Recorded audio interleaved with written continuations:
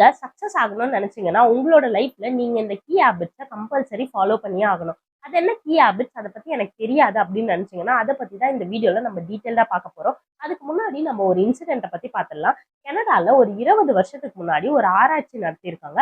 அந்த ஆராய்ச்சியில ஒரு 100 மக்களை கூட்டிட்டு வந்து சயின்டிஸ்ட் எல்லாம் என்ன பண்ணிருக்காங்க அப்படின்னு பாத்தீங்கன்னா, இவங்களுக்கு எந்த அளவுக்கு டேலண்ட் இருக்கு அப்படின்றத ஐடென்டிஃபை பண்ணணும் அப்படின்னு பார்த்திருக்காங்க.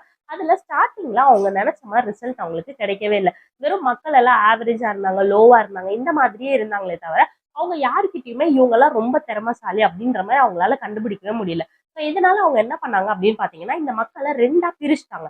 ஏ குரூப் ஒருத்தவங்க, பி குரூப் ஒருத்தவங்க அப்படின்ற மாதிரி பிரிச்சதுக்கு அப்புறமா அவங்க இந்த ஏ குரூப் மக்கள் இருக்காங்களா அவங்களுக்கு மட்டும் சில மோட்டிவேஷனலா எப்படிலாம் நம்ம மோட்டிவேஷனலா வாழ்றது அப்படின்றத சொல்லி கொடுக்க ஸ்டார்ட் பண்ணாங்க. இந்த பி குரூப் இருக்க மக்களுக்கு ஒரு ரொட்டீனான ஹேபிட்ஸை எப்படி ஃபாலோ பண்றது அப்படின்றத சொல்லி கொடுக்க ஸ்டார்ட் பண்ணாங்க. இவங்க இந்த ஹேபிட்ஸ் எல்லாம் கத்துக்கிட்டதுக்கு அப்புறமா இந்த 100 நாள் முடிஞ்சு அவங்கவுங்க வாழ்க்கையை அவங்கவுங்க பார்க்க ஸ்டார்ட் பண்ணிட்டாங்க. அப்படி ஸ்டார்ட் பண்ணும்போது இந்த பி குரூப் இருக்காங்களா இந்த மக்கள் மட்டும் அதிகமா சக்சஸ் ஆகிறத இந்த சயின்டிஸ்ட் எல்லாம் பார்த்தாங்க. அவங்களுக்கு ஒண்ணுமே புரியல. ஆரம்பத்துல ஆவரேஜ் லோ அந்த மாதிரி இருந்தவங்க எப்படி இன்னைக்கு சக்சஸ் நிலைமைக்கு போறாங்க அப்படின்னு பாத்தீங்கன்னா, அவங்க அங்க கத்துக்கிட்ட ஹேபிட்ஸ்னாலதான் அவங்க வாழ்க்கையில இவ்வளவு பெரிய இம்பாக்ட் நடந்திருக்கு அப்படின்றத அந்த சயின்டிஸ்ட் எல்லாம் கண்டுபிடிக்க ஸ்டார்ட் பண்ணிட்டாங்க. நம்மளோட வாழ்க்கையிலுமே நம்மளோட ஹேபிட்ஸ் அப்படின்றது நம்மளோட சக்சஸ்க்கு ரொம்பவே ரிலேட் ஆன விஷயம். நம்ம தினம் தினம் செய்யற நம்மளோட ஹேபிட்ஸ் கரெக்டா இருந்தா மட்டும்தான் நம்மளோட லைஃப்ல நம்மளால சக்சஸா அடைய முடியும். அந்த ஹேபிட்ஸை என்னென்ன ஹேபிட்ஸ் அப்படின்றத இந்த வீடியோல நம்ம டீட்டெயிலா பார்க்க போறோம். அதுக்கு முன்னாடி கீழே இருக்க சப்ஸ்கிரைப் பட்டனை மறக்காம சப்ஸ்கிரைப் பண்ணிடுங்க. வாங்க வீடியோக்குள்ள போலாம்.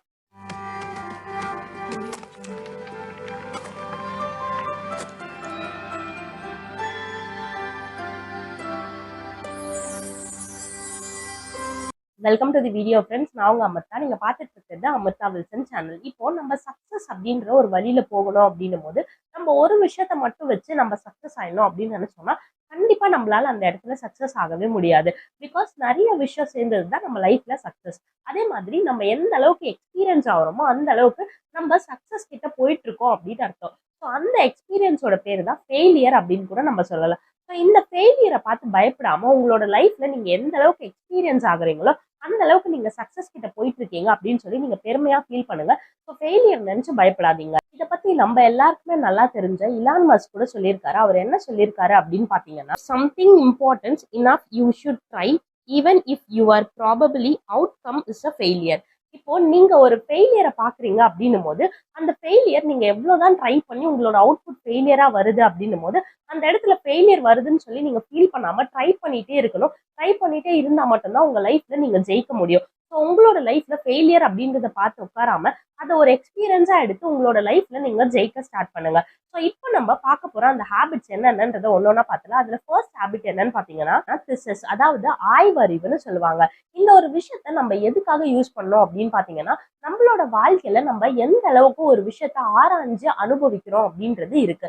இப்போ ஒரு விஷயம் எடுத்த உடனே நீங்க அதை அப்படியே அப்சர்வ் பண்ணிட்டீங்க அப்படின்னும் போது உங்ககிட்ட அந்த அளவுக்கு சக்சஸ்க்கான திறமை இல்லைன்னு அர்த்தம். நீங்க உங்ககிட்ட ஒரு விஷயம் வருது அப்படின்னும் போது அது எந்த அளவுக்கு ஆராய்ஞ்சு கத்துக்கிறீங்க, அது லேர்னிங்கா இருக்கட்டும், ரீடிங்கா இருக்கட்டும், இல்ல நீங்க பேசுற விதமா இருக்கட்டும், எதுவா இருந்தாலுமே நீங்க ஆராய்ஞ்சு அதுக்கப்புறமா நீங்க அதை ஒத்துக்கிட்டீங்க அப்படின்னும் போது அந்த இடத்துல நீங்க அதிகமாவே நிறைய விஷயத்த கத்துக்கிறீங்க.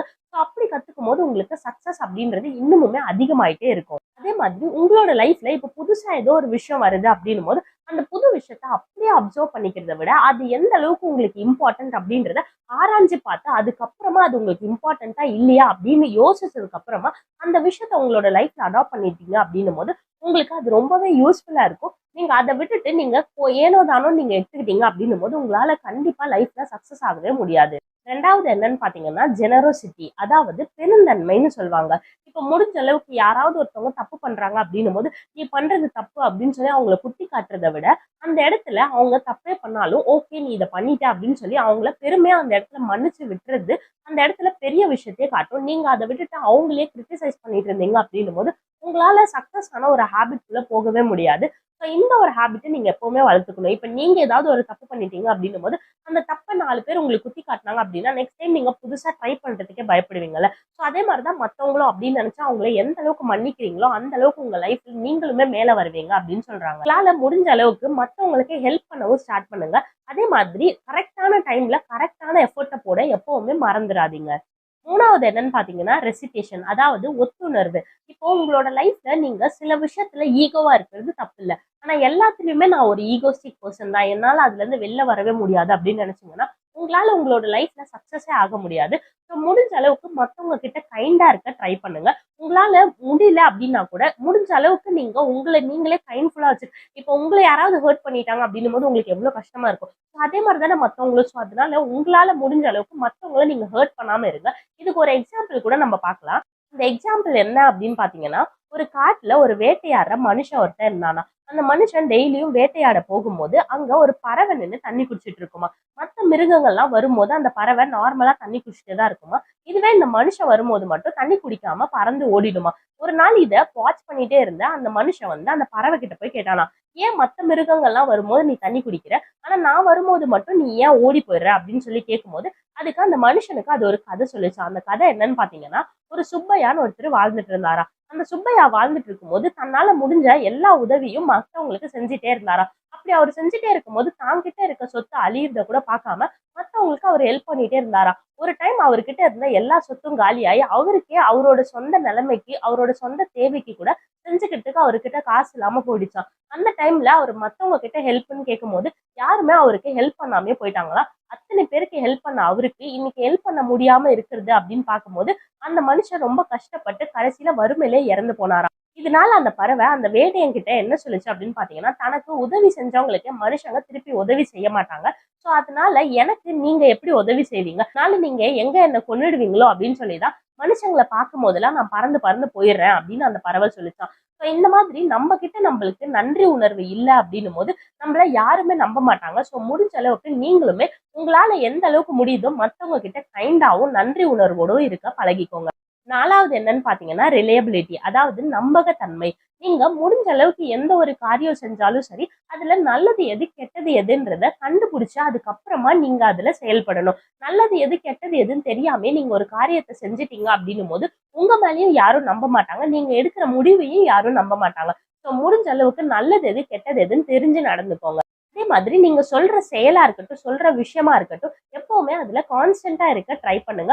முடிஞ்ச அளவுக்கு அதுல கரெக்டா இருங்க. நீங்க ஒரு வார்த்தையை சொல்லிட்டீங்க அப்படின்னும் போது அந்த வார்த்தையில முடிஞ்ச அளவுக்கு அதை காப்பாத்த பாருங்க. உங்களால முடியாத பட்சத்துல வேணா அதை நீங்க ஏதாவது ஒண்ணு ட்ரை பண்ணியாவது அதை கடைப்பிடிக்க பாருங்க. அப்படியும் முடியல அப்படின்னும் போது வேணா அதை கைவிட்டுருங்க. ஆனா முடிஞ்ச அளவுக்கு உங்களோட சொல்லிலையும் செயலிலையும் கான்சென்ட்ரேஷனா இருங்க. 5வது என்னன்னு பாத்தீங்கன்னா சைலன்ஸ், அதாவது இது நிறைய பேருக்கு தெரியும், அமைதி. உங்களால முடிஞ்ச அளவுக்கு நீங்க அமைதியா இருந்தா மட்டும்தான் உங்களோட வாழ்க்கையில உங்களால ஜெயிக்க முடியும். அமைதின்ற ஒரு விஷயம் இல்ல அப்படின்னா நம்மளோட வாழ்க்கையில நம்மளால ஜெயிக்கவே முடியாது. ஸோ உங்களால முடிஞ்ச அளவுக்கு அமைதியா இருங்க. உங்களோட எதிரி எவ்வளவுதான் உங்களை ட்ரிகர் பண்ணாலும் சரி, எவ்வளவுதான் உங்களை கோவப்படுத்தினாலும் சரி, அதுக்கெல்லாம் அசராம உங்களோட சக்சஸ், உங்களோட வெற்றிக்கு மட்டும் நீங்க பார்த்து போயிட்டே இருங்க. உங்களோட வெற்றியை என்னைக்குமே நீங்க கைவிட்டுறாதீங்க. 6வது என்னன்னு பாத்தீங்கன்னா ஸ்ட்ரென்த், அதாவது எப்பவுமே உங்களோட ஸ்ட்ரென்த் எதுல இருக்கு அப்படின்றத தெரிஞ்சு அதுக்கப்புறமா உங்களோட சக்சஸ்ல நீங்க பயணம் பண்ண ஸ்டார்ட் பண்ணுங்க. இப்போ ஒரு சிலருக்கு அவங்களோட ஸ்ட்ரென்த் எதுனே தெரியாது. பட் ஆனா அவங்க அதுல ட்ரை பண்ணிட்டு இருப்பாங்க.